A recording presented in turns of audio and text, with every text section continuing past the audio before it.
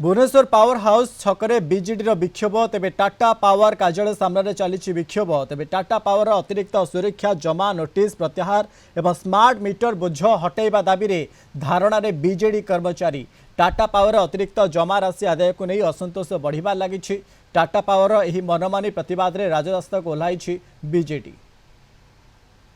Senior correspondent Pritika नायक आम सहित live जोड़ी प्रीतिका टाटा पावर मनमानी प्रतिवाद रे बीजेडी ये विक्षोभ कराई पूरा दृश्य कराई प्रीतिका टाटा पावर वर्तमान अतिरिक्त जो डिपोजिट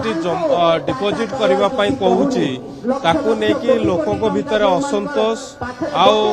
आज राजरास्ता को ओह्लैछि बीजेडी। आपण को टिके देखिया को चाहिए जो पावर हाउस छक पाखरे जो टाटा पावर कार्यालय रही सामने वर्तमान विक्षोभ चली दलर युव जनता दल युव विजु जनता दल तरफ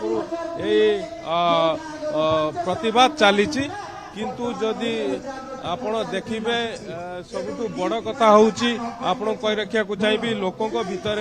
असंतोष रही सबुठु बड़ कथा होउची एटी गोटे कथा आपन कहि रखिया को चाहिए madam madam madam madam eighty